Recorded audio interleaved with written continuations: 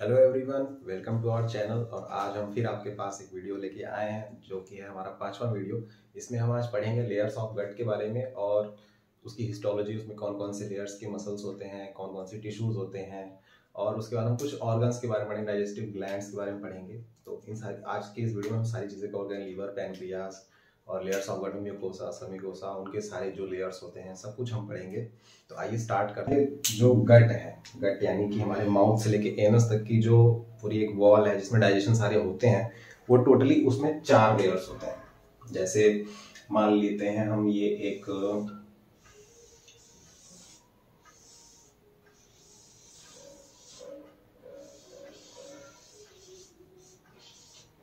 हमारा oesophagus mouth से लेके एनस तक की एलिमेंट्री कैनाल है। ठीक, तो टोटली इसमें 4 लेयर्स होते हैं। अगर ये एक लंबा, इसको हॉलो ट्यूब माने, जब एनसीईआरटी में लिखा हुआ है कि एक हॉलो ट्यूब लाइक स्ट्रक्चर है, अगर इसको ट्यूब माने, इसका एक सेक्शन कर लिया हम, उस सेक्शन को जब हम देखेंगे तो कुछ कुछ ऐसा दिखेगा।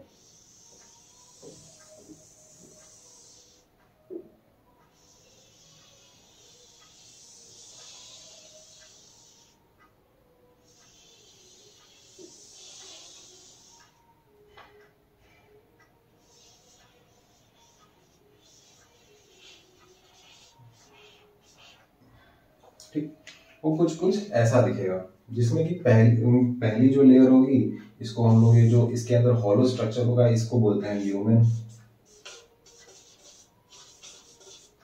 ठीक, इसके बाद इसको बोलते हैं म्यूकोसा।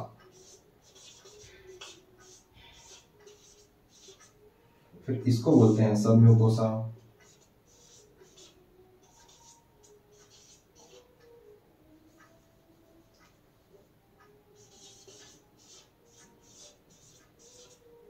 फिर आती है मस्कुलरिस।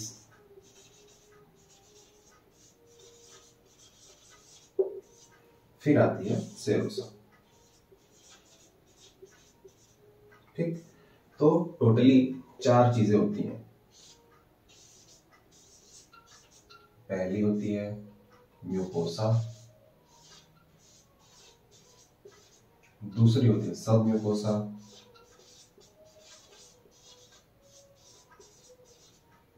तीसरी होती है मस्कुलरिस,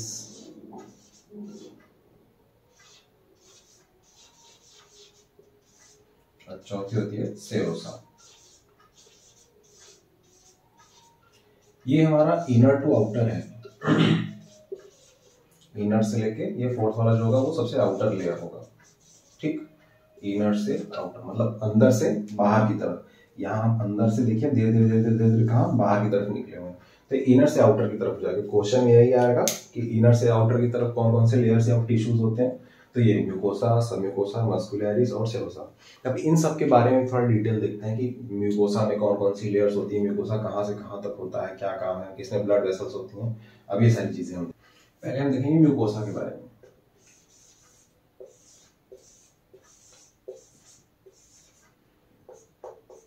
ठीक, म्यूकोसा म्यूकोसा में टोटली 3 लेयर्स होती हैं, एक एपिथेलियल, एक लेमिना प्रोप्रिया, और तीसरी लेयर होती है उसकी। पहली लेयर होती है एपिथेलियल, दूसरी होती है लेमिना प्रोप्रिया जो कि कनेक्टिव टिश्यू है, लूज कनेक्टिव टिश्यू, और तीसरी लेयर होती है मस्कुलरिस म्यूकोसा। इसका स्ट्रक्चर कुछ कुछ ऐसा है।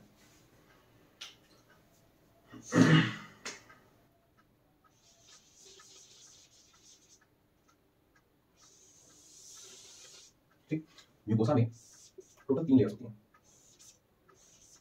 ठीक, पहली होती है एपिथेलियल। ठीक, म्यूकोसा में टोटल 3 लेयर्स होती हैं। ठीक, पहली होती है एपिथेलियल,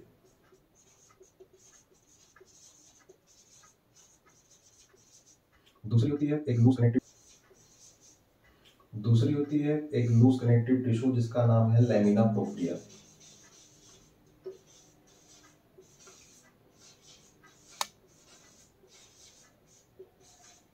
और तीसरी होती है मस्कुलरिस म्यूकोसा।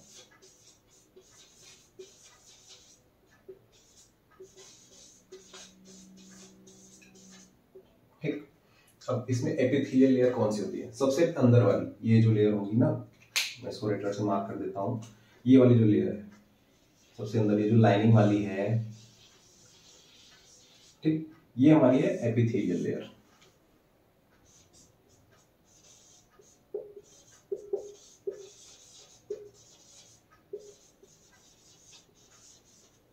ठीक, इसके अंदर ये जो वाली है इसको बोलते हैं लैमिना प्रोप्रिया।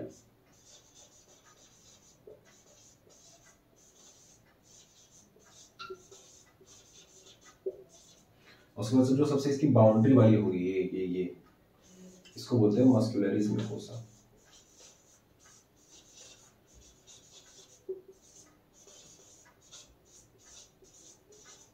ठीक, ये हो गई हमारी म्यूकोसा की लेयर। इस एपिथेलियल लेयर को एपिथेल इसलिए बोलते हैं क्योंकि जो हमारा ल्यूमेन में म्यूकस का सिक्रेशन होता है ना, वो इसी लेयर से होता है। इसी में ये जो पतली सी लेयर है एपिथेलियल लेयर, इसी में म्यूकस की सिक्रेशन होती है, जो कि हमारे इनर वॉल ऑफ गट को HCl वगैरह के सिक्रेशन से होता है, तो इसी लेयर में होती है। ये एपिथेलियल क्यों है? एपिथेलियल इसलिए कि बहुत पतली लेयर होती है, इसका काम सेक्रेशन प्रोटेक्टिव, जब भी हम एपिथेलियल टिश्यू बना पड़ता है उसका काम ही है वो सेक्रेशन करेगा, प्रोटेक्शन में हेल्प करेगा, इसलिए एपिथेलियल लेयर है। इसमें जो ब्लड वेसल्स होते हैं वो भी होंगे। अब लैमिना प्रोप्रिया एक मिडिल वाली लेयर है जो कि क्या करती है, जो लैमिना प्रोप्रिया है इसमें कई सारी चीजें होती हैं। इसमें सबसे पहले होगी हमारी ब्लड वेसल्स,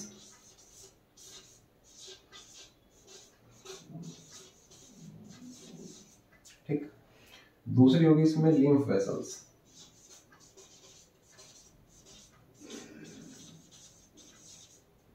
ठीक। और इसमें एक चीज होती है malt, mucosa associated lymphoid tissue, ठीक। और इसमें एक चीज और होती है नर्व्स,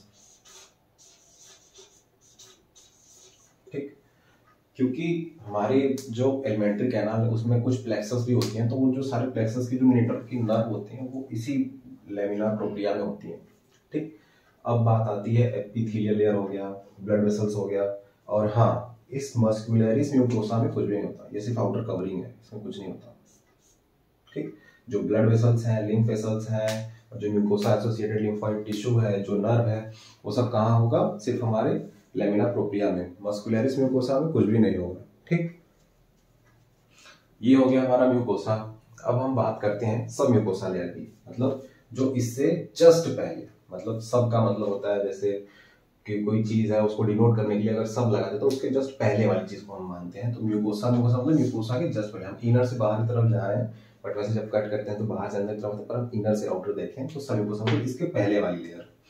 तो इसके पहले वाली लेयर को जब हम देखेंगे तो वो कुछ ऐसी होगी,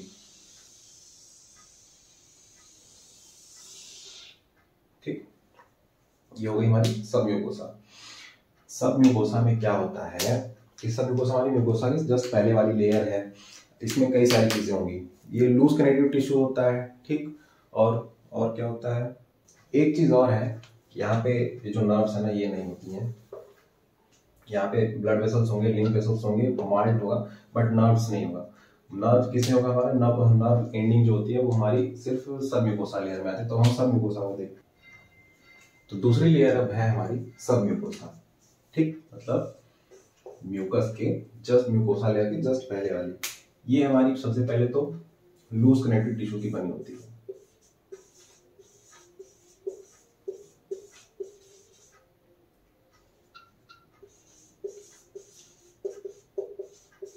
लूज कनेक्टिव टिश्यू की बनी होती है, ठीक।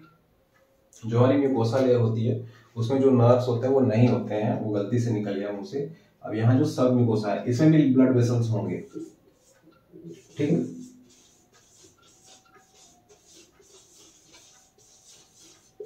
इसमें भी लिम्फ वेसल्स होंगे,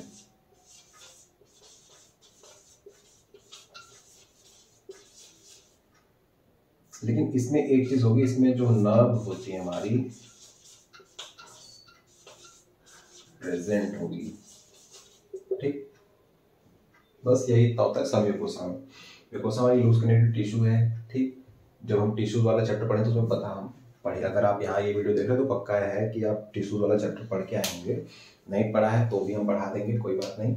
लूज कनेक्टिव टिश्यू का हमारा बना होगा। और दूसरी बात, इसमें ब्लड वेसल्स प्रेजेंट होंगे ब्लड की सप्लाई के लिए। लिम्फ वेसल्स प्रेजेंट होंगे क्योंकि हमारी जो हम खाना खाएंगे वो सिंपलर एब्जॉर्बेबल फॉर्म में जब ब्रेक डाउन होगा, उसको एब्जॉर्ब होने के लिए लिम्फ यानी लैक्टियल्स के में वो जो लिम्फ कैपिलरीज होती हैं उससे एब्जॉर्ब होने के लिए उसको लिम्फ वेसल्स चाहिए। इसलिए सबम्यूकोसा लेयर में लिम्फ हमारी होती है, म्यूकोसा लेयर में भी होती है। बस इसमें एक चीज होती है कि यहाँ पे नर्व प्रेजेंट होते हैं और म्यूकोसा लेयर में नर्व नहीं होते। ठीक, अब तीसरी लेयर आती है हमारी मस्कुलरिस म्यूकोसा। तीसरी लेयर है हमारी मस्कुलरिस। ठीक, जो पहले हमने म्यूकोसा देखा, फिर सब म्यूकोसा, मतलब उसके पहले वाली लेयर। अब उसके पहले आएंगे तो हमारी मस्कुलरिस लेयर आती है।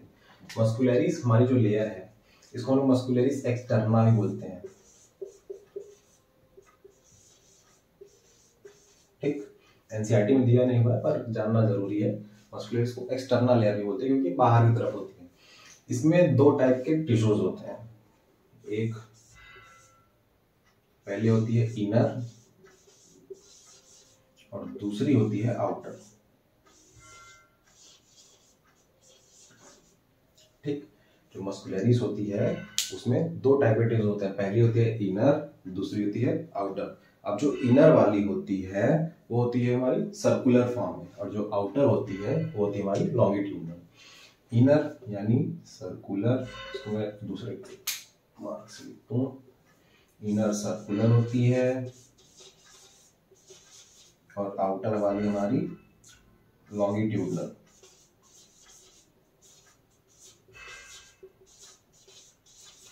ठीक, अब एनसीईआरटी का जब हम डायग्राम देखते हैं तो वो इनर को ऐसे दिखाया है, जैसे ये इनर लेयर है। ठीक, वो इनर को तो ऐसे दिखाया है,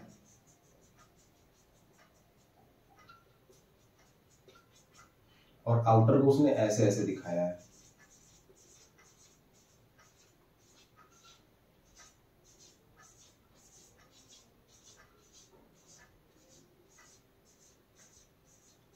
ठीक, तो अब इसमें उसने बोला है कि ये वाला जो इनर लेयर है और ये वाला आउटर लेयर है। अब भाई अब ये जो इनर वाला ये तो स्ट्रेट लाइन ऐसी लग रही है, सर्कुलर तो किसी फॉर्म में लग ही नहीं रही।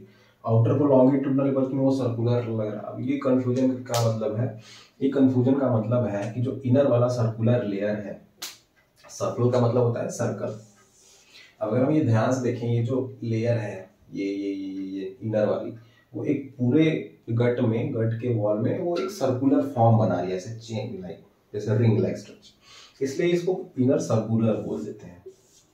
अब आउटर को लॉन्गिट्यूडनल बोलते हैं पर वो सर्कुलर फॉर्म है। लॉन्गिट्यूडनल का मतलब होता है ऐसे, अगर कोई चीज सीधे नीचे नीचे आ रही है तो उसको हम बोलते हैं लॉन्गिट्यूडनल। ठीक, अब हमने क्या बोला कि हमने जो गट का एक सेक्शन लिया है,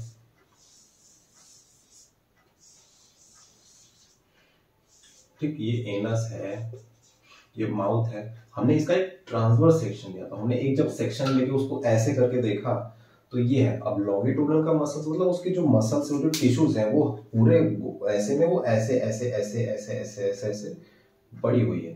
तो जब हमने उसका सेक्शन काट के देखा तब वो तो हमको स्ट्रेट लाइन में दिखी ना, इसलिए ये लॉन्गिट्यूडनल मतलब है तो ये गोले गोले फॉर्म में ऐसे ऐसे।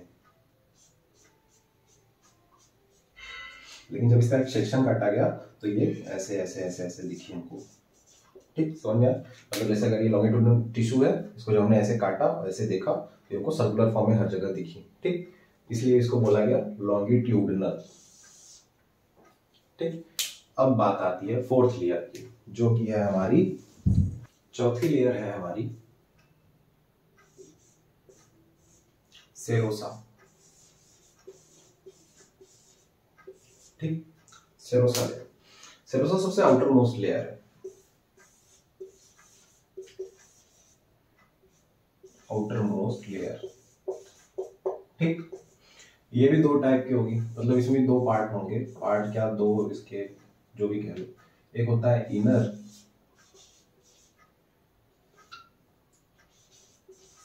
दूसरा होता है आउटर।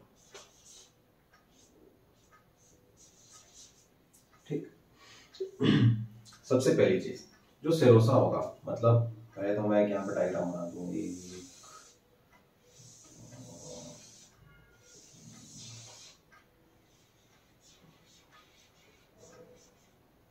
ठीक, तो ये वाली जो सबसे आउटर मोस्ट लेयर होगी ये होगी सेरोसा। ये तो ल्यूमेन है, ये हमारी एपिथेलियल लेयर है, फिर ये हमारी म्यूकोसा लेयर है, फिर सब म्यूकोसा, मस्कुलरिस, ये सारी चीजें हैं। सबसे आउटर मोस्ट हमारी सेरोसा है। अब सेरोसा में भी एक मस्त चीज है, इसमें क्या होता है, ये जो बाहर की तरफ है ना, ये बहुत सुकुआर टाइप का होता है। इसमें जो बाहर की तरफ है, इसमें कनेक्टिव टिश्यू होगी जिसका नाम होता है ट्यूनिका एडवेंटिशिया।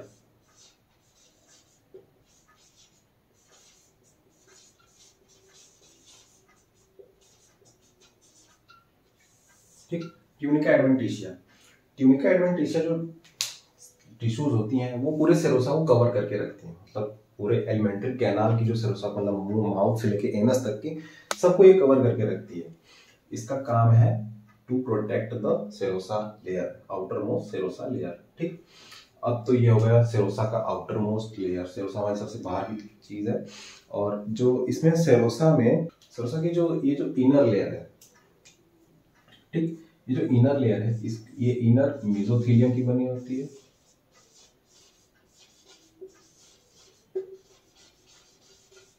और जो आउटर है वो एरियोलर टिश्यू की बनी होती है।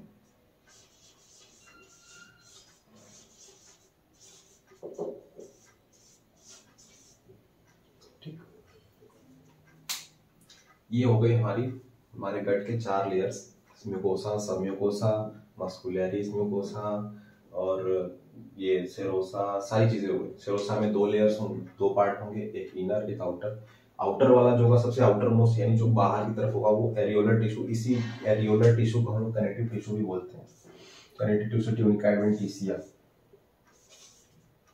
ठीक, ये वाली इसी से कवर्ड होता है। और ये जो इसके इनर वाली लेयर होगी, ये मेसोथेलियम की बनी होती है। ठीक, तो ये हो गए हमारे गट के 4 वॉल्स। और एक चीज और, ऐसे तो हमारे मतलब पूरे गट में सिर्फ 4 ही लेयर्स होती हैं। ठीक, मतलब म्यूकोसा, सबम्यूकोसा, मस्कुलरिस, सारी चीजें।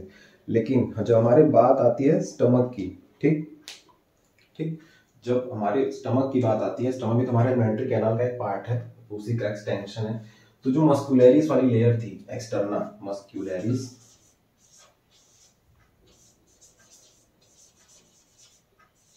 ठीक, मस्कुलरिस में हमने देखा था ना, एक इनर सर्कुलर, आउटर लॉन्गिट्यूडनल वाला। उसमें जब सिर्फ स्टमक की बात करें तो उसमें एक एक्स्ट्रा लेयर होती है जिसको बोलते हैं ऑब्लिक मसल्स या ऑब्लिक टिश्यू।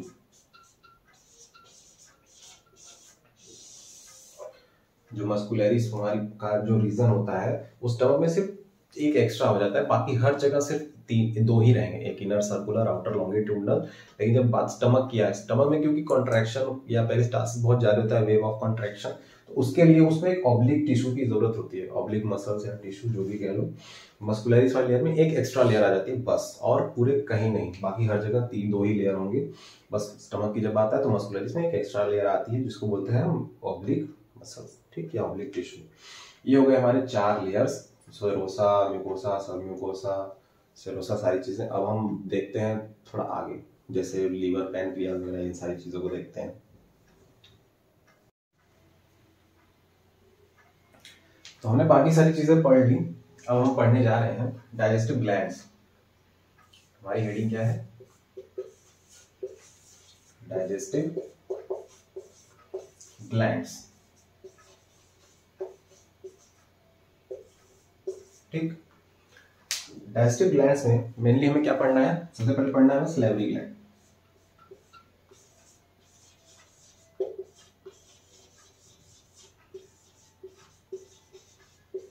ठीक, दूसरा पढ़ना है हमारा लीवर, तीसरा है पैनक्रियाज। ठीक, ये 3 हमारे डाइजेस्टिव ग्लैंड से। पहला सलेवरी ग्लैंड जो सलाइवा रिलीज करता है, दूसरा लीवर जो बिलिरुबिन, बिलिवर्डिन, बाकी सारी चीजें होती है इसमें। पैनक्रियाज हमारा पैनक्रियाटिक जूस वगैरह सब सेक्रेट करता है। तो बारी बारी से इन सब के बारे में पढ़ेंगे। सबसे पहले लीवर के बारे में, सलेवरी ग्लैंड के बारे में पढ़ेंगे। तो मैं हेडिंग डाल देता हूँ सलेवरी ग्लैंड। ठीक, अब जैसे स्लेविक ग्लैंड हमारा 3 रीजन में पाया जाता है, एक पैरोटिड, सबमैंडिबुलर और एक लिंगुअल, सबलिंगुअल। ठीक, तो 3 रीजन से पाया जाएगा। सबसे पहले तो पहला जाता है पैरोटिड रीजन में, पैरोटिड रीजन। दूसरा जाएगा हमारा सबमैंडिबुलर। तो स्लेविक ग्लैंड के 3 रीजन में पाए जाते हैं, स्लेविक ग्लैंड 3 रीजन पाए जाते हैं। पहला होता है पैरोटिड, दूसरा होता है सबमैंडिबुलर,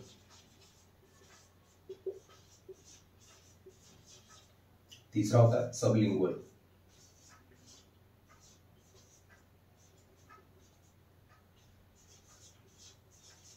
ठीक, सब पैरोटिड रीजन मतलब बिलो द चीक्स। जब भी पैरोटिड स्लेविक ग्लैंड की बात है तो चीक्स के नीचे, यहाँ ये जो हमारी चीक्स है, यहाँ जस्ट इसके नीचे एक स्लेविक ग्लैंड होती है। ये हमारे बगल बगल से बकल कैविटी को मॉइस्ट रखता है। ठीक, ये कहाँ पाया जाएगा, हमारे below the cheeks, below the cheeks. ठीक, ये पेयर में होगा, इसका एक पेयर। ठीक, मतलब एक इस साइड है तो एक इस साइड होगा, मतलब एक पेयर हो गया, एक पेयर में होगा। ठीक, दूसरा है सबमैंडिबुलर। सबमैंडिबुलर मतलब लोअर जॉ के नीचे, बिलो द लोअर जॉ।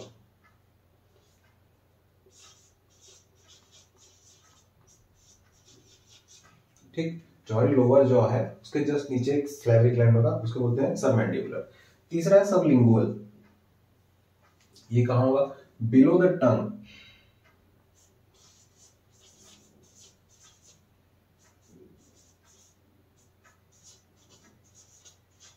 ठीक, टंग के नीचे।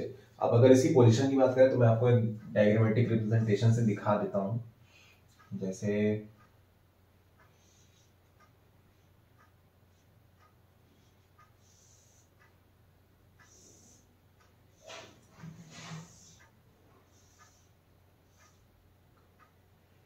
ठीक, ये हमारी मान लीजिए ये टंग है।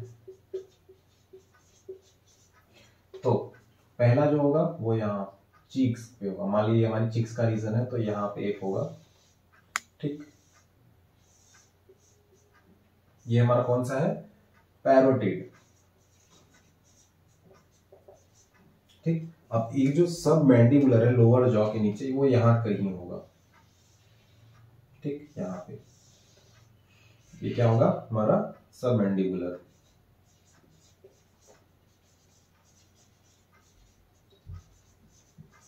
ठीक, अब जो सब लिंगुअल है वो यहाँ, ये जो टंग है ना, टंग, जैसे मान लेते हैं ये हमारी टंग है, इसके यहीं पे यही होगी। ठीक, ये क्या होगी, सब लिंगुअल।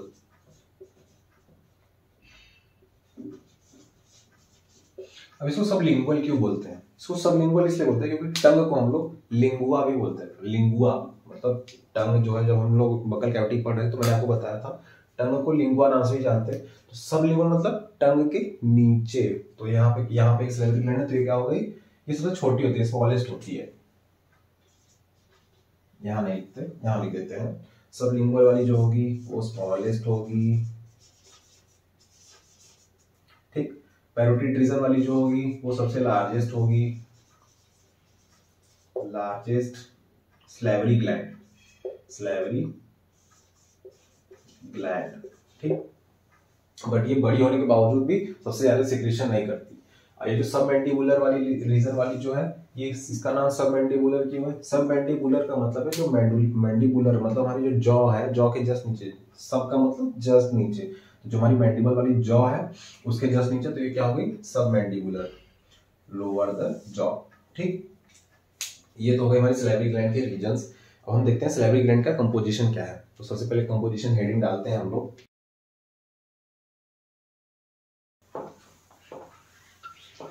अब हम देखने जा रहे हैं कंपोजिशन ऑफ स्लेवरी ग्लैंड।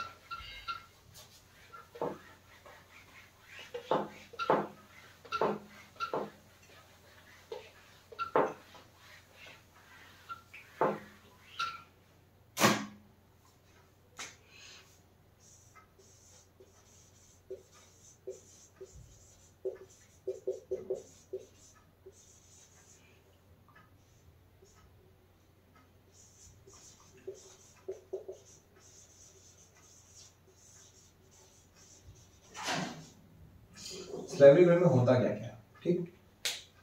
जो हमारा स्लाइवरी ग्लैंड है, मतलब स्लाइवरी ग्लैंड, सलाइवा लिख देते हैं, कंपोजिशन ऑफ सलाइवा,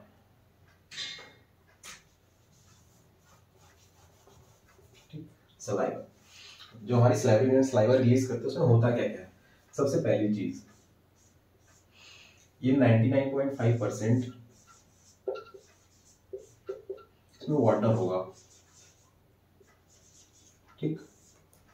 बाकी इसमें जो 0.5% होंगे वो सॉल्यूट्स होंगे, ठीक।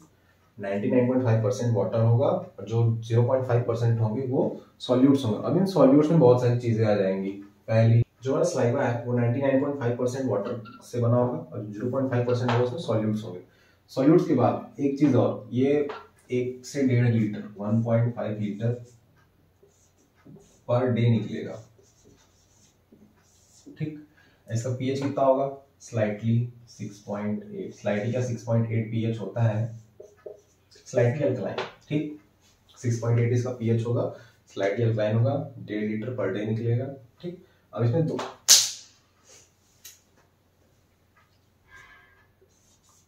पहली चीज इसमें क्या क्या होगा, सॉल्यूट्स में क्या क्या चीजें आएंगी। पहले तो आयंस, आयंस में क्या क्या, सोडियम आ जाएगा, पोटेशियम आ जाएगा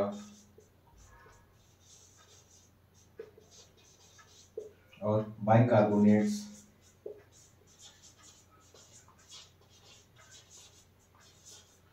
सोडियम हो गया, पोटेशियम हो गया, बाइकार्बोनेट, क्लोराइड आ जाएगा,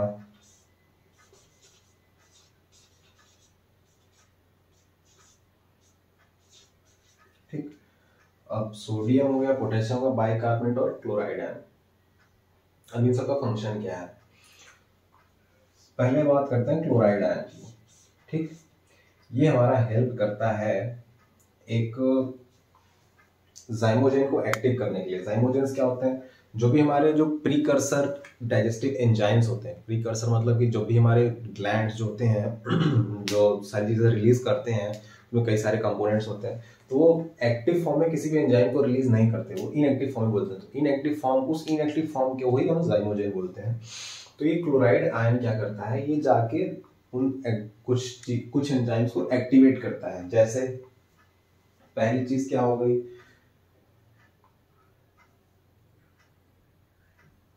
जो क्लोराइड आयन है ये जाके उसको, क्लोराइड आयन जाके सलाइवरी एमाइलेज को एक्टिव करेगा, एक्टिवेट सलाइवरी एमाइलेज,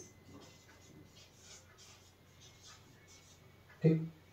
इसका मतलब अगर क्लोराइड आयन ना हो तो सलाइवरी एमाइलेज एक्टिवेट नहीं होगा, सलाइवरी एमाइलेज एक्टिवेट नहीं होगा तो फिर स्टार्च का डाइजेशन नहीं होगा। यानी कि no salivary amylase, no chloride ion, no chloride ion result in no activation of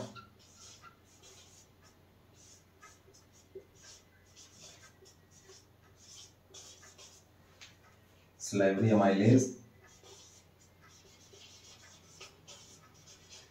इसको टैलिन भी बोलते हैं,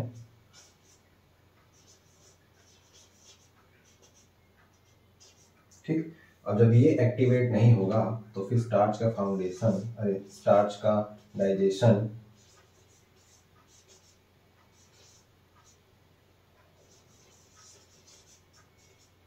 will not occur,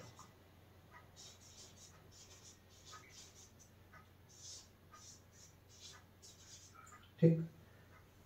chloride ion नहीं, स्लाइवरी, अगर क्लोराइड आयन नहीं है तो सलाइवरी एमाइलेज की एक्टिवेशन नहीं होगी, और सलाइवरी एमाइलेज एक्टिवेट नहीं होगा तो फिर स्टार्च का डाइजेशन ना होगा, जब डाइजेशन ही नहीं होगा तो एब्जॉर्प्शन क्या घंटा होगा, कुछ नहीं होगा, ठीक। अब ये हो गया।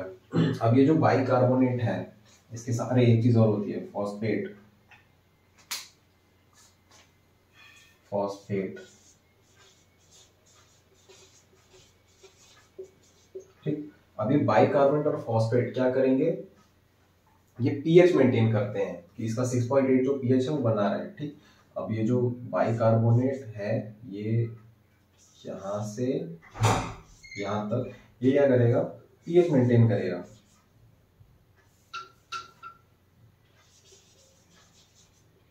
Maintain pH. ठीक, अब हो गया। अब इन सारे आयंस में तो ये सारी चीजें हो गई, बाकी सोडियम का अलग फंक्शन है, पोटेशियम का अलग फंक्शन, हर चीज का अपना एक फंक्शन है। अब इसमें क्या चीजें होती हैं, और इसमें कुछ एंटी बैक्टीरियल्स भी होते हैं।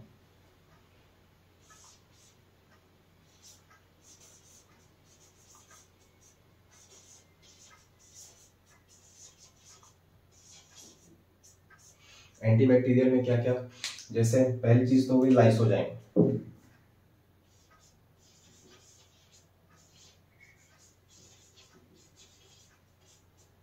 ठीक, दूसरी चीज हो गई आईजीए। ठीक, आईजीए हो गई और हमारी लाइसोजाइम हो गई। ये सारी चीजें क्या है, ये हमारी एंटी बैक्टीरियल्स हैं। और क्या इसमें आता है, एक तो थायोसाइनाइड भी होता है।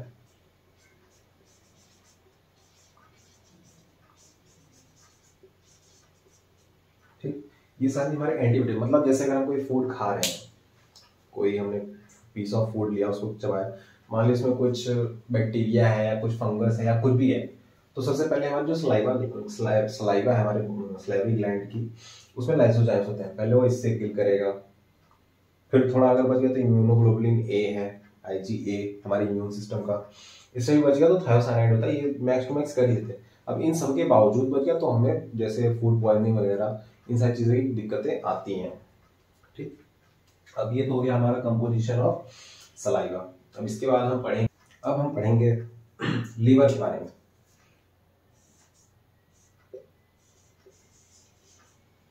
ठीक, लीवर की सारी फंक्शनैलिटी हम देखेंगे।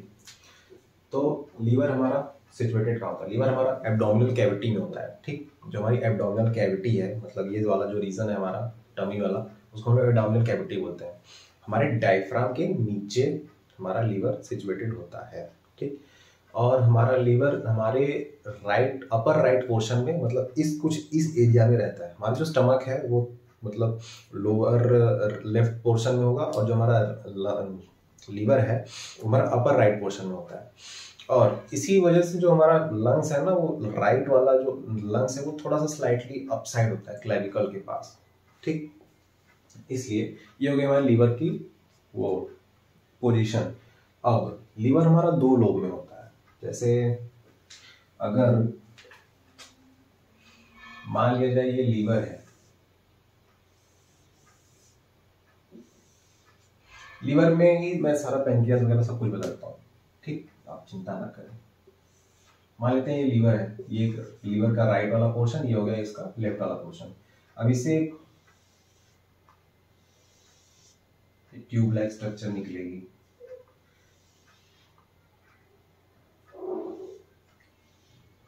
ठीक, और यहाँ कहीं है हमारा गॉल ब्लैडर, और इससे भी कुछ यूं करके निकली। ठीक, अब इन सब से जुड़ के ना। ठीक, तो ये हो गया। अब लीवर हमारा कहाँ होता है, सिचुएटेड बिलो द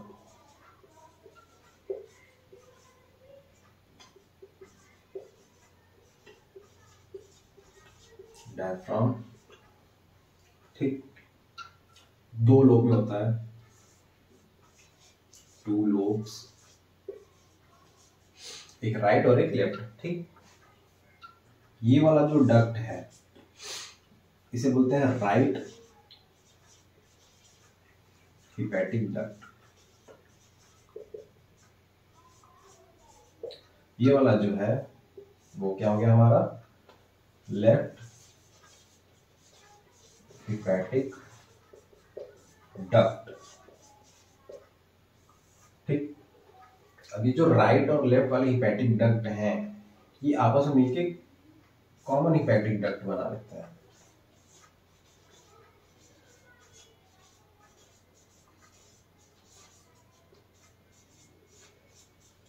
ठीक, अब ये राइट और लेफ्ट वाले मिलके कॉमन हेपेटिक डक्ट बना देंगे। और अब ये वाली जो चीज है इसको हम लोग मान लेते हैं ये गॉल ब्लैडर है।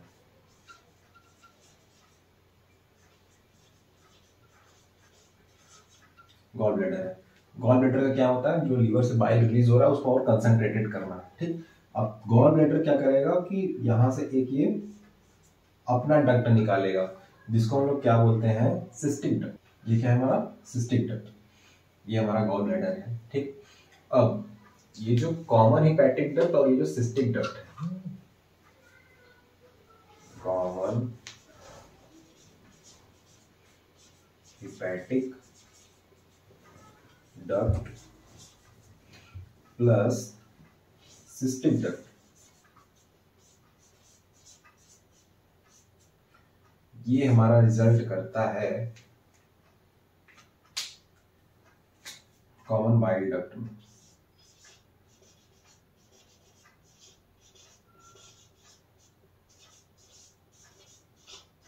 कॉमन बाइल डक्ट में। अब ये कॉमन बाइल डक्ट, ये रही हमारी कॉमन बाइल डक्ट। अब ये कॉमन बाइल डक्ट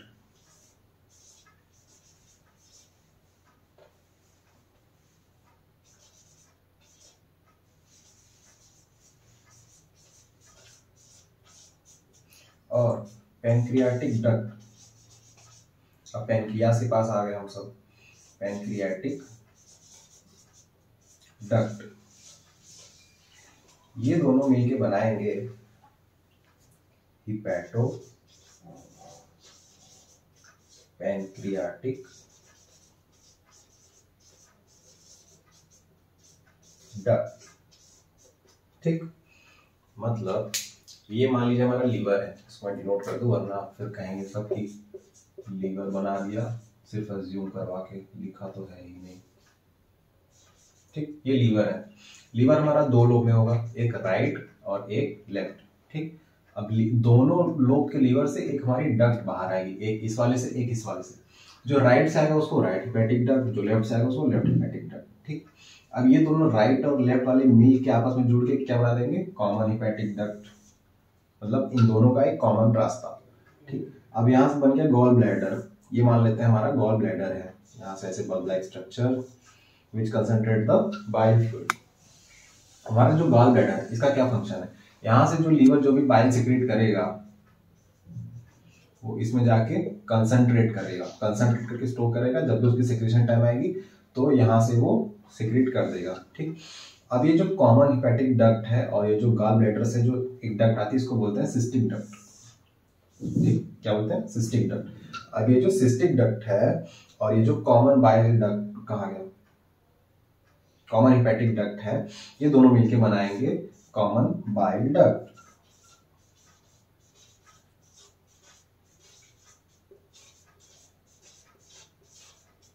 ठीक, ये क्या बना दिए, ये कॉमन बाइल डक्ट। ये दोनों मिलके ये बना दिए, ये दोनों मिलके ये बना दिए, और ये दोनों मिलके ये बना दिए। ठीक, अब ये कॉमन बाइल डक्ट, और जब ये अब इसके बाद ये कहाँ जाएगा, देखिए लीवर से हम लोग आ गए क्या, गॉल ब्लैडर, गॉल ब्लैडर से पूरा बाइल कंसंट्रेट होकर निकला। अब ये जाएगा कहाँ पे, पैंक्रियास पे। यहीं से हमारा मान लीजिए ये पैंक्रियास है।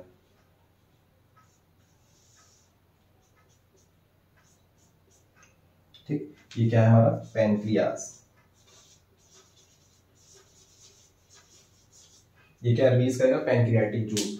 अब ये कॉमन बाइल डक्ट और ये जो पैंक्रियास से ये वाला जो डक्ट आ रहा है, ये इसको क्या बोलते हैं, पैंक्रियाटिक डक्ट।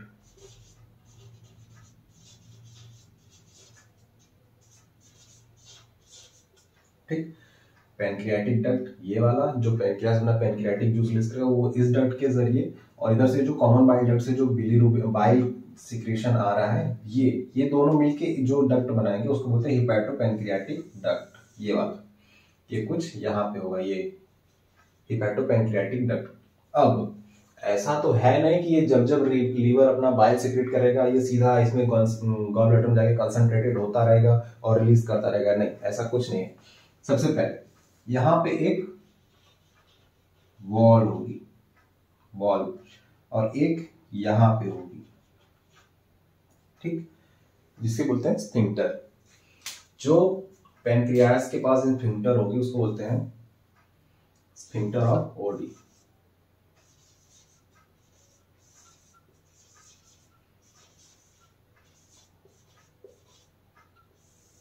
ठीक, ये वाली जो है इसको क्या बोलेंगे, स्फिंक्टर ऑफ ओडी या ओडाई। ठीक, अब ये जो गॉल ब्लैडर से निकलेगा कंसंट्रेटेड होता हुआ बाइल, यहाँ पे जो स्फिंक्टर है इसको बोलते हैं स्फिंक्टर ऑफ बॉयडन।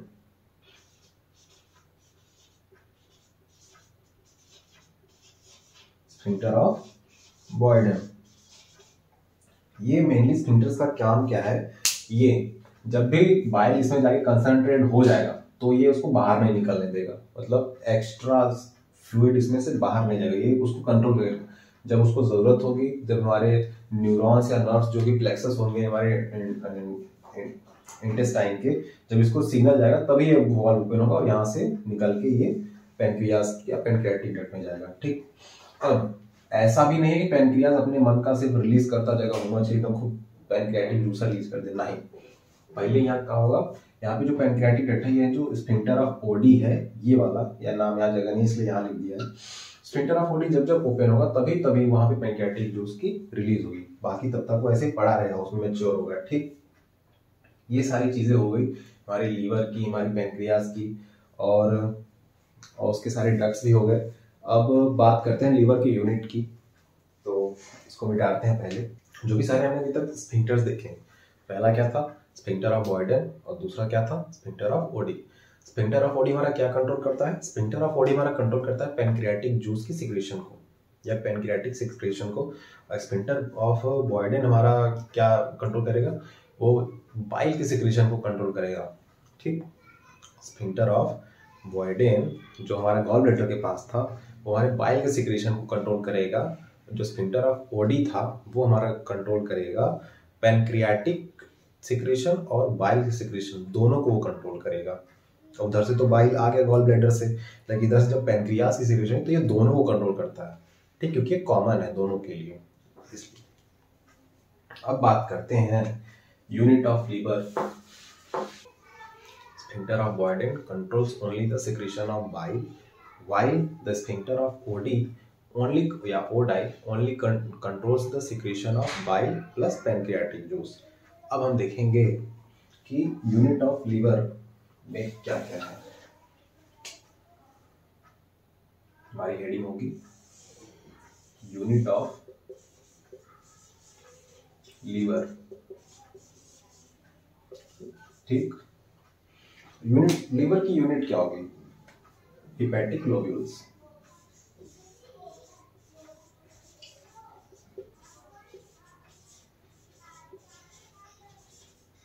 क्या होगी, हिपैटिक लोब्यूल्स।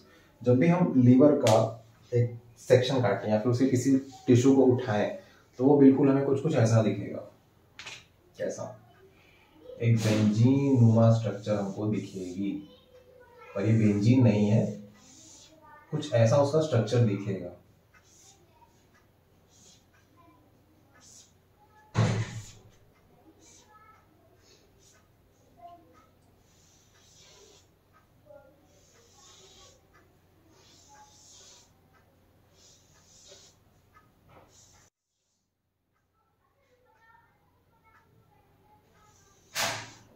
ठीक, ये बेंजीन नुमा स्ट्रक्चर कौन से है, इसको नाम देता हूं हिपैटिक लोब्यूल्स।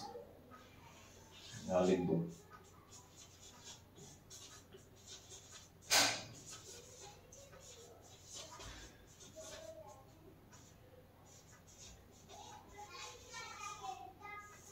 जैसे किडनी के स्ट्रक्चर में, किडनी की यूनिट क्या है, नेफ्रॉन्स। नेफ्रॉन्स का स्ट्रक्चर होता है ना कुछ कुछ ऐसा कुछ स्ट्रक्चर नेफ्रॉन का होता है ना, बिल्कुल वैसा है। जब भी हम लीवर का एक सेक्शन लेंगे या उसकी यूनिट देखेंगे तो कुछ कुछ हमको ऐसा स्ट्रक्चर दिखेगा। ठीक, जिसको बोलते हैं हिपैटिक लोब्यूल्स। हमारे किडनी में नेफ्रॉन होता है, इसमें क्या होती है, हिपैटिक लोब्यूल्स। हिपैटिक लोब्यूल्स में ये जो स्ट्रक्चर दिख रहा है आपको, इसको बोलते हैं पोर्टल ट्रायड।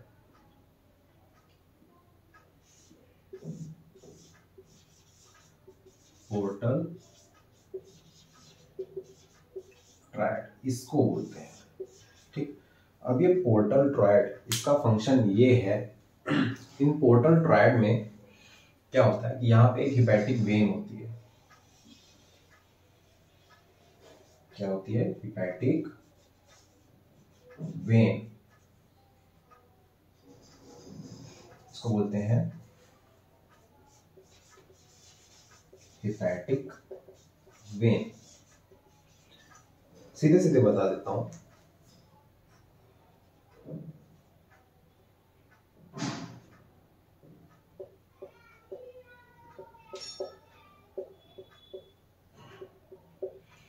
इस पोर्टल ट्रायड का बस इतना फंक्शन है कि ये हिपैटिक वेन्स को जोड़ देता है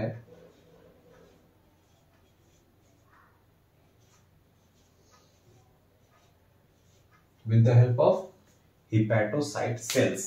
ठीक, ये जो सेल्स बने हुए हैं इनको बोलते हैं हिपैटोसाइट्स।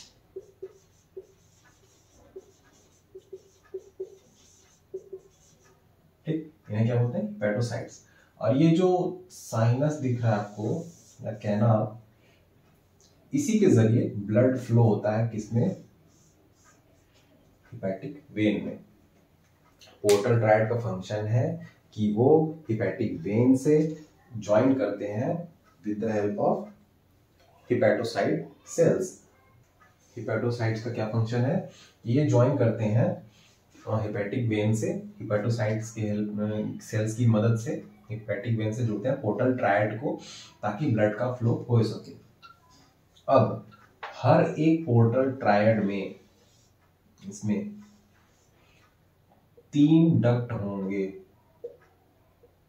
जैसे 3 इसमें है, 3 इसमें है, 3 इसमें है, 3 इसमें है।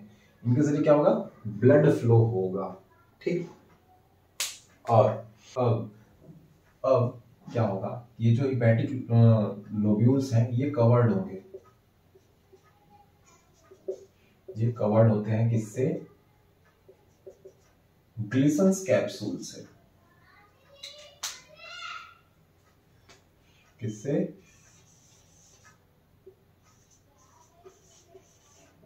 ग्लिसन्स कैप्सूल, इनसे ये कवर्ड होंगे। हर चीज को अपनी प्रोटेक्शन चाहिए, तो ये हिपैटिक लोब्यूल्स भी कवर्ड होते हैं किससे? ग्लिसन्स कैप्सूल से। अब हिपैटिक लोब्यूल्स में ट्रायड्स होते हैं, एक हिपैटिक लोब्यूल करीबन 6 ट्रायड होंगे, बेंजीनुमा स्ट्रक्चर, पर ये बेंजीन नहीं है। ठीक, और हर एक ट्रायड में 3 डक्ट होंगे। देखिए इसमें भी एक डक्ट है, इसमें भी एक डक्ट है, इसमें भी एक डक्ट है। हर एक ट्रायड में, हर एक पोर्टल ट्रायड में 3 डक्ट होंगे। बीच में क्या होगा? एक हिपैटिक वेन होगा, जो कि ये वाला है। हिपैटिक वेन में ब्लड फ्लो करने के लिए ये इसको ज्वाइन करते हैं, पोर्टल ट्रायड को जोड़ते हैं। पोर्टल ट्रायड से जुड़े होते हैं हिपैटिक वेन्स, किसके जरिए?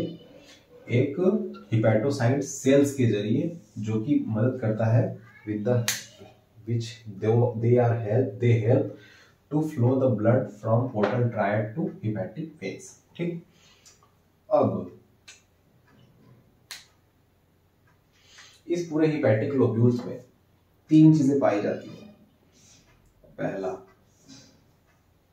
Hepatic vein,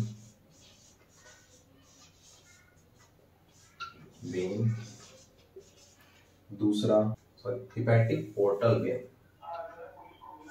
hepatic portal vein. दूसरा क्या होगा? बाइल डक्ट होगा, बाइल डक्ट। ठीक, पहला क्या हो गया? हिपैटिक पोर्टल वेन, दूसरा क्या हो गया? बाइल डक्ट, और तीसरा क्या होगा? Hepatic artery.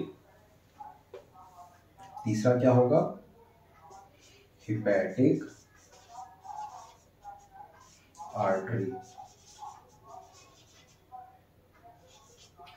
ठीक, ये 3 चीजें इसमें पाई जाती हैं हिपैटिक में। जैसे एक एग्जांपल देता हूँ सीधा सीधा। मान लेते हैं ये कोई ऑर्गन है।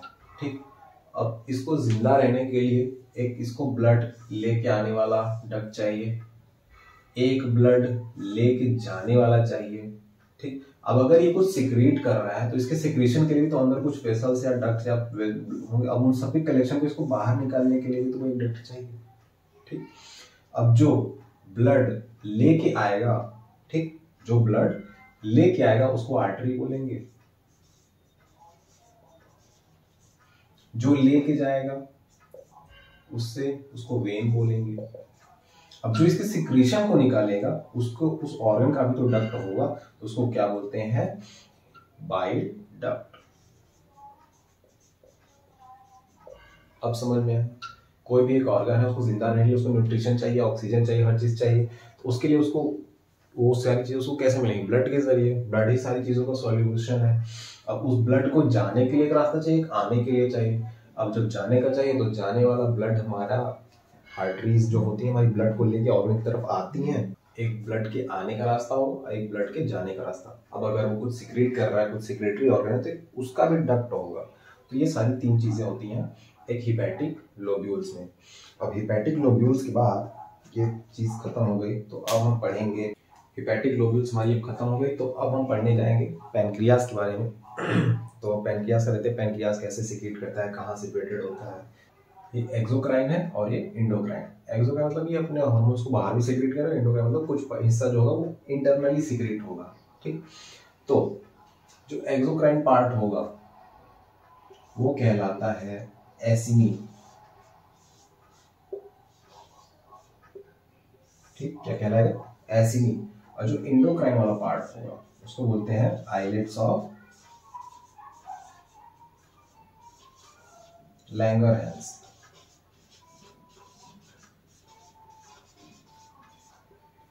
ठीक। जो एक्सोक्राइन पार्ट है मतलब पैनक्रियास का वो हिस्सा, मान लेते हैं अगर ये इसका एक्सोक्राइन पार्ट ये वाला है, इंडोक्राइन पार्ट ये वाला है, तो एक्सोक्राइन वो वाला हिस्सा मतलब जो ई वाला पार्ट होगा, जो एक्सोक्राइन है उसको बोलेंगे एसिनी। और जो इंडोक्राइन पार्ट होगा मतलब जो आइलेट्स ऑफ लैंगर, तो उसको क्या बोलेंगे? Islets of Langerhans. ठीक। फिलहाल ये है नहीं, मैं एज एज्यूम करने के लिए कह रहा हूँ। ठीक। तो एक्सोक्राइन पार्ट को बोलेंगे एसिनी और इंडोक्राइन पार्ट को बोलेंगे आइलेट्स ऑफ लैंगरहैंस। अब पैनक्रियास हमारा क्या रिलीज करेगा? Pancreatic juice.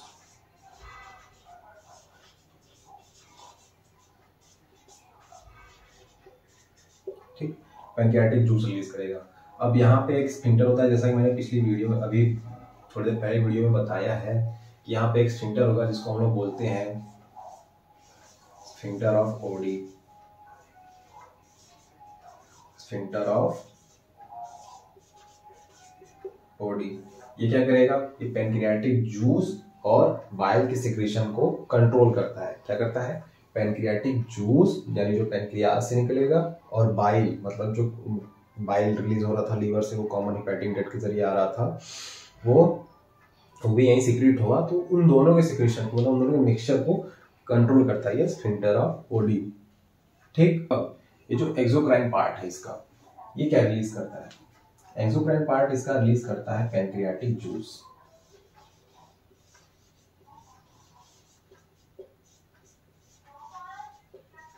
Pancreatic juice release करेगा।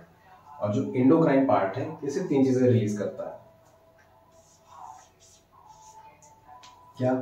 इसमें 3 टाइप के सेल्स होते हैं। एक होते हैं अल्फा सेल्स, दूसरे होते हैं बीटा सेल्स, और तीसरे होते हैं डेल्टा सेल्स। ठीक। अल्फा सेल्स क्या करते हैं? अल्फा सेल्स रिलीज करते हैं आपका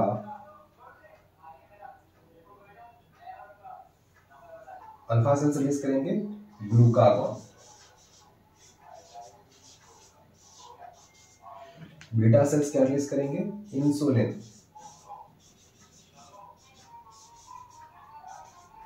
और डेल्टा सेल्स क्या रिलीज करेंगे?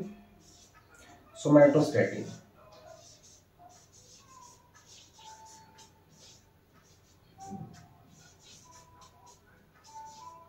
ठीक। जो ग्लूकागॉन है इसका क्या फंक्शन है? इसका फंक्शन ये है कि ये हमारे ब्लड में ग्लूकोज का जो लेवल है, क्या है? ग्लूकोज लेवल बढ़ा देगा, इंक्रीज। ठीक। अब जो इंसुलिन है इसका काम है ग्लूकोज का जो लेवल है डिक्रीज कर देगा। ठीक, ग्लूकागॉन जो अल्फा सेल से निकलता है उसको उसका क्या फंक्शन है, ग्लूकोज के लेवल को ब्लड में बढ़ाना। इंसुलिन का काम ये है कि जो बीटा सेल से रिलीज होगा उसका फंक्शन ये है कि वो ग्लूकोज लेवल को कम करेगा, डिक्रीज करेगा। सोमैटोस्टेटिन का क्या करना है, वो इस ग्लूकोज के मतलब ग्लूकागॉन और इंसुलिन दोनों के सिक्रेशन को इनहिबिट कर करेगा, सप्रेस कर देगा।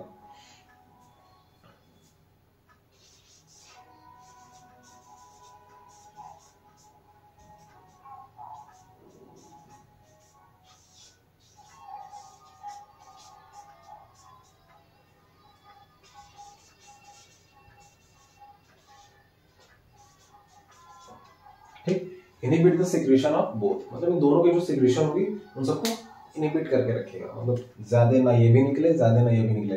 ग्लूकोज का लेवल बढ़ जाएगा तो भी दिक्कत है, ग्लूकोज का लेवल घट जाएगा तो भी दिक्कत है। शुगर वाले जो मरीज होते हैं उनमें ये इंसुलिन की दिक्कत होती है। ठीक, ये हो गया हमारी पैंक्रियाज।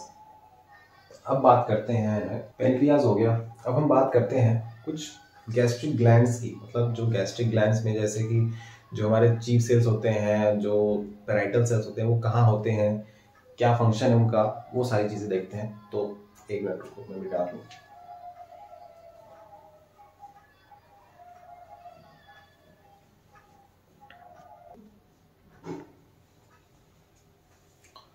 तो अब देखेंगे रोल ऑफ HCl। HCl का रोल क्या है हमारे बॉडी में। गैस्ट्रिक ग्लैंड्स के बारे में पढ़ेंगे। अब देखेंगे अब देखेंगे हम लोग गैस्ट्रिक ग्लैंड्स के बारे में कि हमारे गैस्ट्रिक ग्लैंड्स जो होती है वो क्या होते हैं, कैसे फंक्शन करते हैं, उसके बारे में थोड़ा देखते हैं। तो हेडिंग है हमारी गैस्ट्रिक ग्लैंड्स।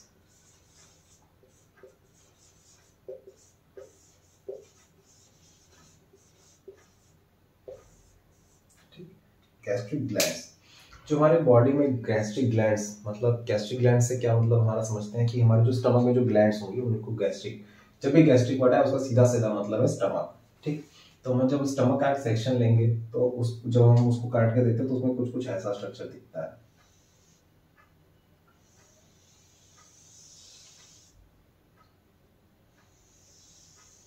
ठीक, अब इस स्टमक में कुछ ऐसे ऐसे ऐसे ऐसे ऐसे ऐसे स्ट्रक्चर दिखते हैं, जिन्हें हम क्या बोलते हैं, गैस्ट्रिक रियूगे।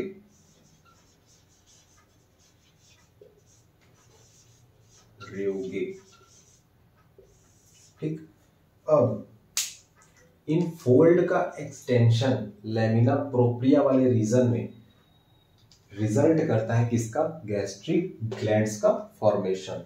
कैसे, अब ये हमारा स्टमक है, इसमें बहुत सारे ऐसे ऐसे फोल्ड्स हैं, इन फोल्ड्स को क्या बोलेंगे, गैस्ट्रिक रियूगे। अब इनमें से हम मान लेते हैं ये वाला जो फोल्ड है इसको हमने कट करके निकाल दिया और इसको हमने यहां बनाया।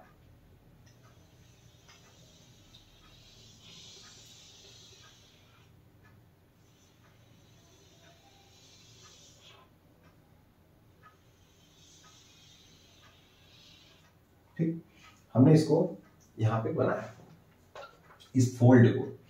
अब जब ये फोल्ड यहां पे है तो इसमें कुछ सेल्स होते हैं। पहले तो इसके नेक पे कुछ सेल्स होंगी, दोनों तरफ। ठीक, इन सेल्स को बोलते हैं म्यूकस नेक सेल।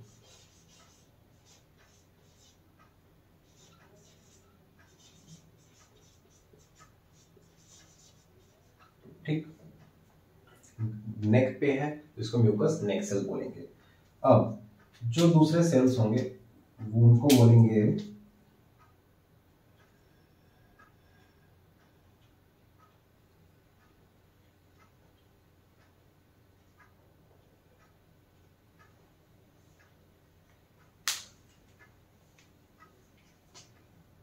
इन वाले सेल्स को बोलेंगे पैराइटल सेल्स।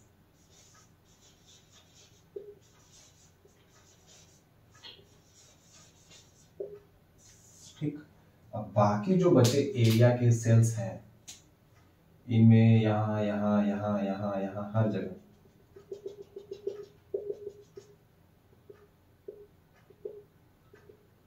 जो भी जगह खाली है, उन सब जगह क्या होगी, जो सेल्स प्रेजेंट होंगे उनको बोलेंगे चीफ सेल।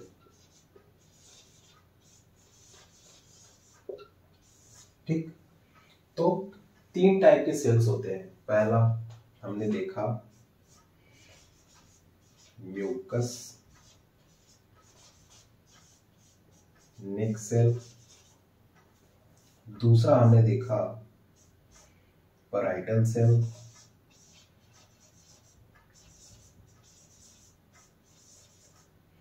तीसरा चीफ सेल।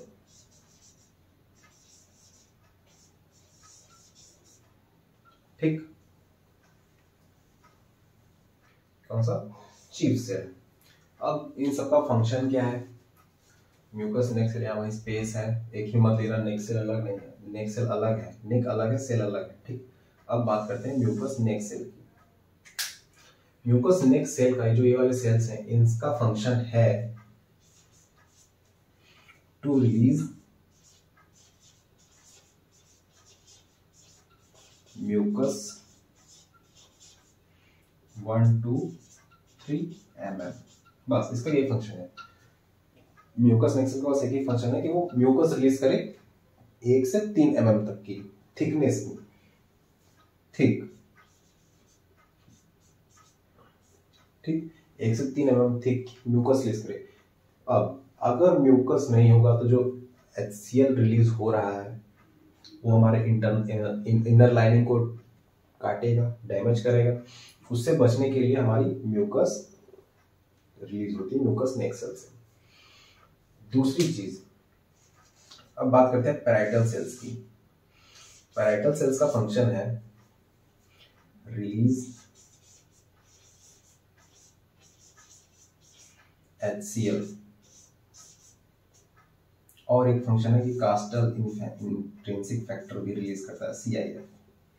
ठीक, HCl क्यों, क्योंकि HCl एक हमारा मीडियम प्रोवाइड करता है किसी भी प्रोटीन के, मतलब किसी फूड के डाइजेशन में एक मीडियम प्रोवाइड करता है, एसिडिक मीडियम। हमारे स्टमक में किसी हर एंजाइम को अपना फंक्शन दिखाने के लिए वो इनएक्टिव फॉर्म में रिलीज होते हैं। अब उनको एक्टिव फॉर्म में होने के लिए सबसे पहले उन्हें क्या चाहिए, एसिडिक मीडियम। एसिडिक मीडियम कहाँ से मिलता है, ये जो पैराइटल सेल्स होते हैं ये HCl रिलीज करते हैं, ये HCl ही उन्हें एसिडिक मीडियम प्रोवाइड करेगा।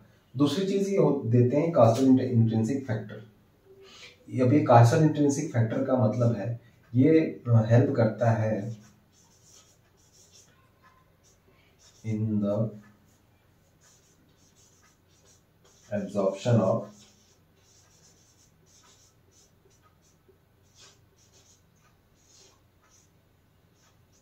विटामिन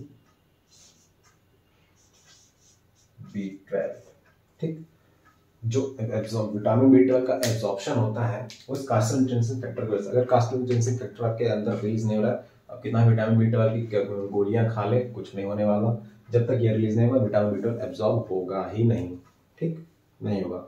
अब बात आती है चीफ सेल। चीफ सेल क्या करते हैं, चीफ सेल्स का फंक्शन है, ये इस चीफ सेल्स को जाइमोजेंस सेल्स भी कहते हैं, और ये इनका फंक्शन है कि इनएक्टिव प्रोटीन डाइजेस्टिव एंजाइम को रिलीज करते हैं। ठीक, जो प्रोटीन डाइजेस्टिव एंजाइम है उन सबको इनएक्टिव फॉर्म में ये रिलीज करते हैं। ढेर सारे हैं तो इनएक्टिव प्रोटीन ये क्या रिलीज करेंगे, इनएक्टिव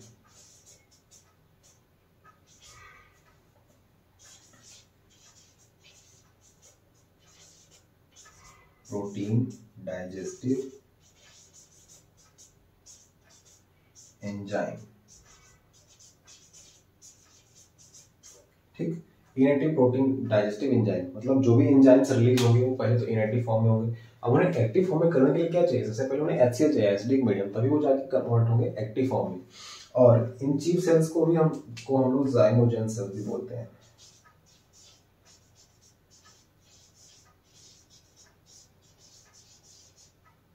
ठीक, इन्हें क्या बोलते हैं, जाइमोजेन सेल्स भी बोलते हैं। तब तक अगर आपको ये नोट करना है तो कर लीजिए, वरना हम तो मिटा देंगे ही। और इस पैराइटल सेल्स, अरे हाँ, इस पैराइटल सेल्स को ऑक्जेंटिक सेल्स भी माना जाता है, कहते हैं ऑक्जेंटिक सेल्स। ठीक, पैराइटल सेल्स को ऑक्जेंटिक सेल्स भी माना जाता है, चीफ सेल्स को जाइमोजेन सेल्स भी माना जाता है। इसका फंक्शन है रिलीज HCl। जब भी HCl की बात है तो कौन सा सेल रिलीज करते हैं, पैराइटल वाले, जो पैराइटल के नीचे पैराइटल सेल्स क्या करते हैं, HCl रिलीज करते हैं। म्यूकस नेक सेल का फंक्शन है कि वो म्यूकस रिलीज करेंगे ताकि HCl उन्हें डैमेज ना कर दे। और चीफ सेल्स का फंक्शन ये है, चीफ सेल्स यानी जाइमोजेन सेल्स का फंक्शन ये है कि वो inactive protein digestive enzyme release करेंगे। अब हम देखते हैं फंक्शन ऑफ HCl। HCl का आखिर फंक्शन क्या है, और फिर उस HCl के फंक्शन में हम विटामिन B12 की क्या ज़रूरत है और CIF की क्या रोल है वो भी हम देखते हैं। तो नोट कर लें आप, होप यू गाइस नोटेड। तो अब हम देखेंगे रोल ऑफ HCl। क्या देखेंगे, रोल ऑफ HCl,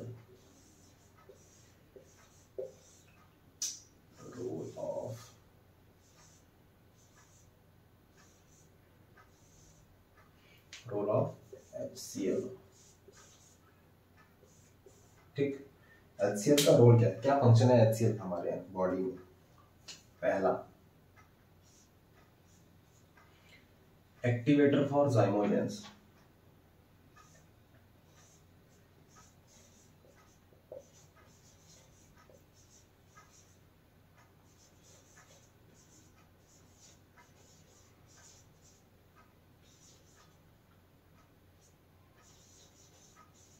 ठीक, दूसरा, किल्स माइक्रोब्स। ठीक, एक्टिवेटर ऑफ जाइमोजेंस का मतलब जो इनएक्टिव प्रोटीन डाइजेस्टिव एंजाइम्स थे, जो भी हमारे बॉडी हमने देखा था कि जो सेल्स थी वो क्या रिलीज करती, इनएक्टिव प्रोटीन डाइजेस्टिव एंजाइम, मतलब वो एक्टिव फॉर्म में, डाइजेस्टिव एंजाइम्स तो है पर वो एक्टिव फॉर्म में नहीं है। तो उन्हें एक्टिव करने के लिए क्या चाहिए, HCl। हमने बोला था एसिडिक मीडियम में चाहिए उसको HCl चाहिए। तो एक्टिवेटर ऑफ जाइमोजेन, मतलब जाइमोजेंस में क्या है, वो एक्टिवेटर है। दूसरा, ज्यादातर माइक्रोब्स को किल कर देगा। ठीक, और इसका तीसरा फंक्शन ये है कि ये पीएच मेंटेन करके रखेगा।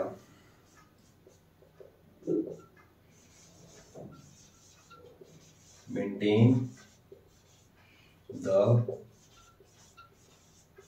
PH of stomach. ठीक, ये हो गया माइक्रोब्स। जैसे अभी हमने बताया था फूड में अगर कोई माइक्रोब आ गया, कोई पैथोजन आ गया जो कि आपको डायरिया या फिर इंडाइजेशन कुछ भी कॉज कर सकता है या फूड पॉइजनिंग कॉज कर सकता है, तो उससे सबसे पहले HCl, एसिडिक मीडियम में ज्यादा बैक्टीरिया मर जाते हैं, इसलिए वो माइक्रोब्स को किल भी कर देता है। ठीक, अब और इसका एक फंक्शन है कि ये हमारे फूड में, जो भी हम कोई फूड लेते हैं तो उसमें जो आयरन होता है वो फेरिक के फॉर्म में आता है, मतलब जब ब्रेक डाउन होगा तो फेरिक के फॉर्म में आएगा। इसका फंक्शन है कन्वर्ट फेरिक टू फेरस। ठीक, यानी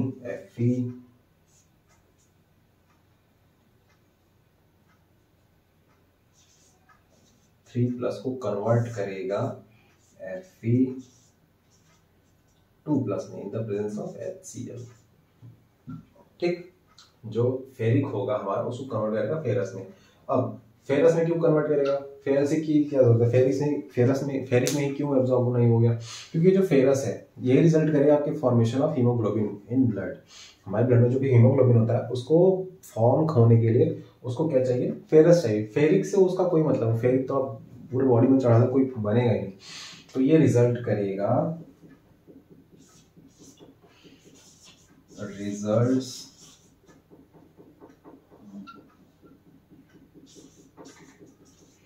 in the formation of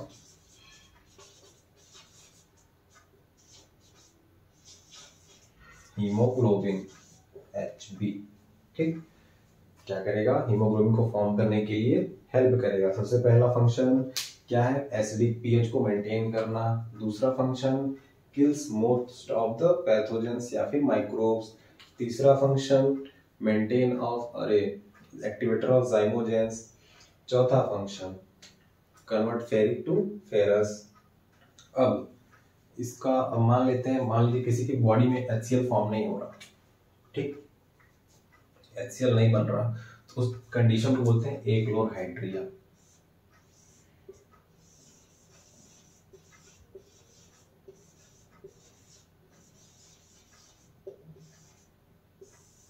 ठीक, क्या बोलेंगे, एक्लोरहाइड्रिया, मतलब HCl नहीं बन रहा है या रिक्वायर्ड अमाउंट में नहीं बन रहा, तो बोलते हैं एक्लोरहाइड्रिया। इसके लिए काफी सारी मेडिसिन दी जाती हैं, तो फिर ये सारी चीजें नॉर्मल हो जाती है, सिक्रीशन बढ़ जाता है। अब फंक्शन ये HCl का हो गया। अब देखते हैं CIF का क्या फंक्शन है, कास्टल इंट्रिंसिक फैक्टर, उसका क्या फंक्शन है, हम उसको लेते हैं। पहले मैं इसको मिटा लूं।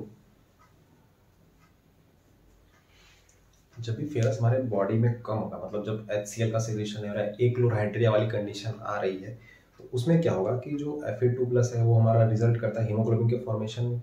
जब उसका वॉल्यूम कम हो जाएगा तो क्या होगा कि जो हमारी RBC का फॉर्मेशन है ना, वो क्या करेगा कि RBC को ढंग से नहीं बनाएगा, मतलब HB हीमोग्लोबिन जो है वो अच्छे से नहीं बनेगा, तो हमारे RBC का जो स्ट्रक्चर है ना वो काफ़ी बड़ा सा हो जाएगा, मतलब नॉर्मल से नॉर्मल दिखता है तो बड़ा इतना हो जाएगा।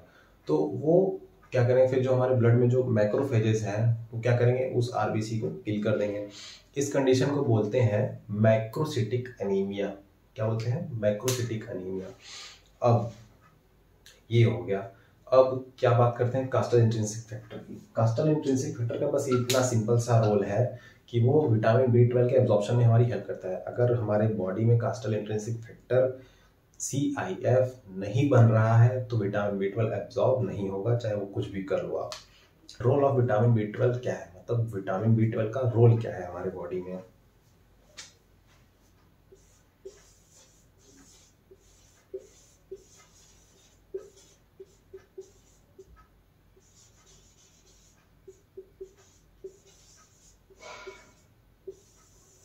Role of vitamin B12, vitamin B12 की क्या जरूरत है हमारे बॉडी में, ठीक।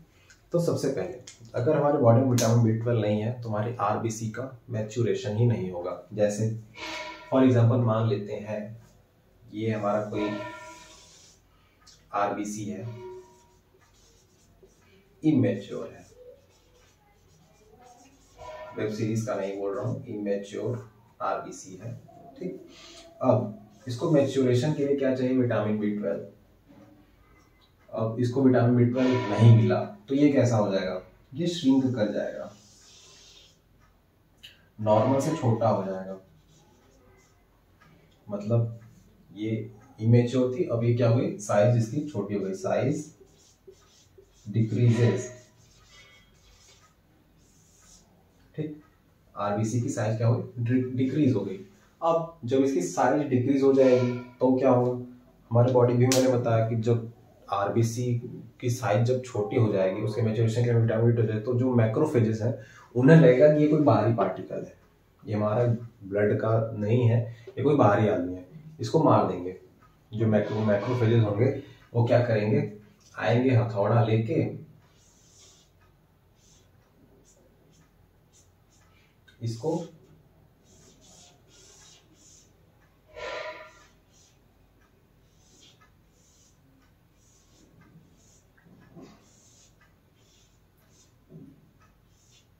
मार देंगे, इसको ब्रेक कर देंगे, इसको खराब कर देंगे, ये मर जाएगा, ठीक।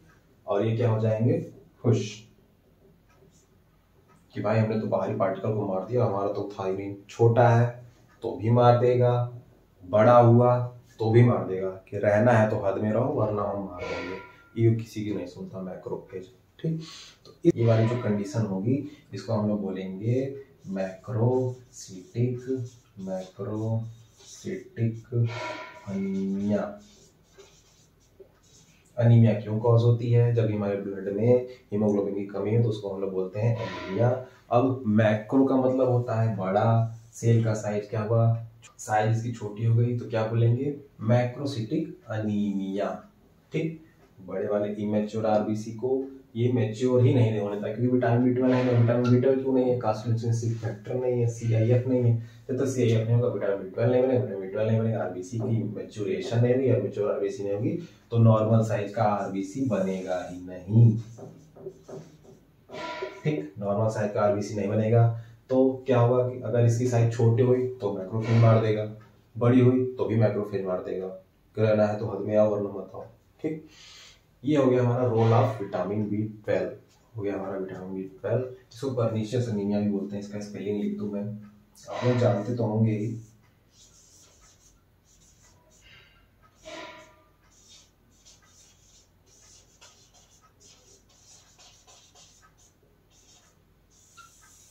ठीक, काफी सारे टीचर्स ने पढ़ा होगा यूट्यूब पे। ठीक, तो अब इसके बाद हम पढ़ेंगे, इसके बाद हम आगे पढ़ेंगे।